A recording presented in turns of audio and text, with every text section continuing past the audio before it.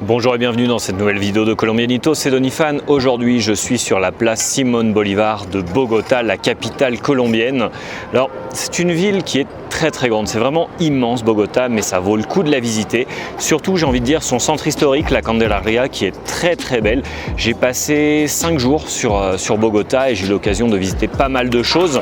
On en parlera dans d'autres vidéos, notamment Monserrate qui est sur les hauteurs. Je pense pas qu'on le voit là tout de suite, c'est derrière moi, derrière la cathédrale qui est elle aussi très belle et juste derrière moi. Donc Monserrate, j'ai eu l'occasion de visiter le quartier Eripto, dont je vais parler aussi dans une autre vidéo. C'est vraiment une ville très intéressante, très culturelle, avec beaucoup d'options. C'est intéressant si vous aimez les musées, si vous aimez la nature. Autour de Bogota, on a beaucoup de choses à voir. Je pense notamment à Suezca, je pense notamment à Zipaquirá, c'est très vert aussi, avec la cathédrale de sel. J'ai déjà pas mal d'articles sur ces destinations-là. Je vais vous les laisser en commentaire juste sous cette vidéo.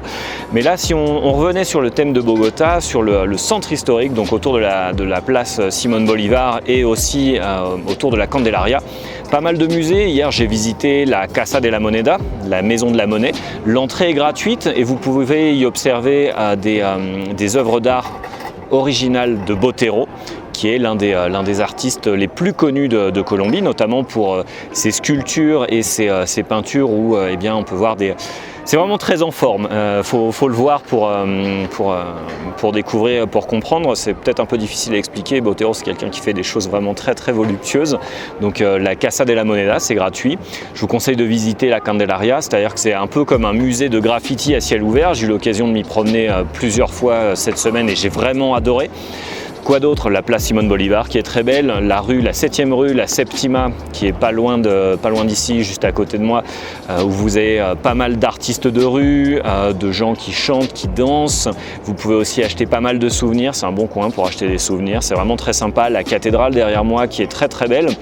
Bogota, c'est une ville très c'est vraiment cosmopolite, c'est-à-dire que vous avez de tout. Vous pouvez venir danser la salsa, le reggaeton, mais vous allez aussi trouver des endroits pour danser le swing, l'électro-swing, le rock.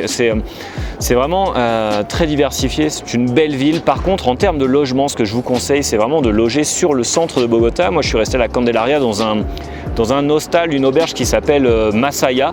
Alors pour le coup, j'ai été invité par les gérants de Masaya. Ils m'ont dit, si tu veux venir découvrir, viens jeter un œil.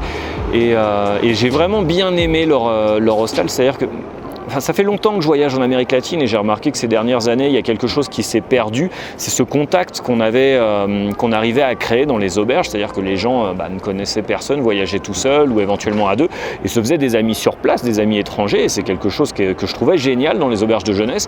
Et avec l'arrivée des smartphones, l'arrivée des réseaux sociaux, etc., je me suis rendu compte que petit à petit, en allant dans des auberges de jeunesse, je dormais dans des dortoirs avec des gens, mais impossible de discuter avec eux, de faire de nouvelles connaissances parce que les gens se mettent sur leur téléphone et font ça toute la journée ou passent plus de temps à partager leurs photos sur Instagram ou sur Facebook parce que c'est peut-être plus facile justement de se cacher derrière son téléphone et de créer des nouveaux contacts. Et j'ai l'impression que Masaya, ils ont réussi à faire quelque chose au niveau de leur business. Je ne sais pas vraiment comment ils font, mais je me suis fait plein d'amis en fait. J'ai visité la Candelaria et le barrio Eripto avec une Allemande. Je suis monté à Monserrate à pied avec un Québécois et un Brésilien. Je me suis aussi fait des amis états-uniens. Et vraiment une bonne expérience. Donc pour le coup, je recommande Masaya. C'est vraiment une bonne auberge. Je vous laisserai les liens, etc.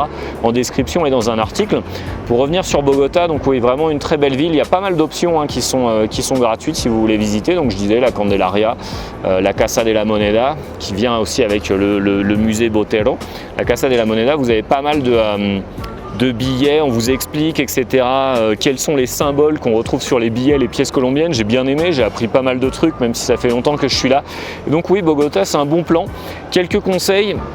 Mettre beaucoup de crème solaire, une casquette, parce qu'on s'en rend pas compte, mais en fait ici on est à 2600 mètres d'altitude et il y a moyen de prendre de bonnes brûlures.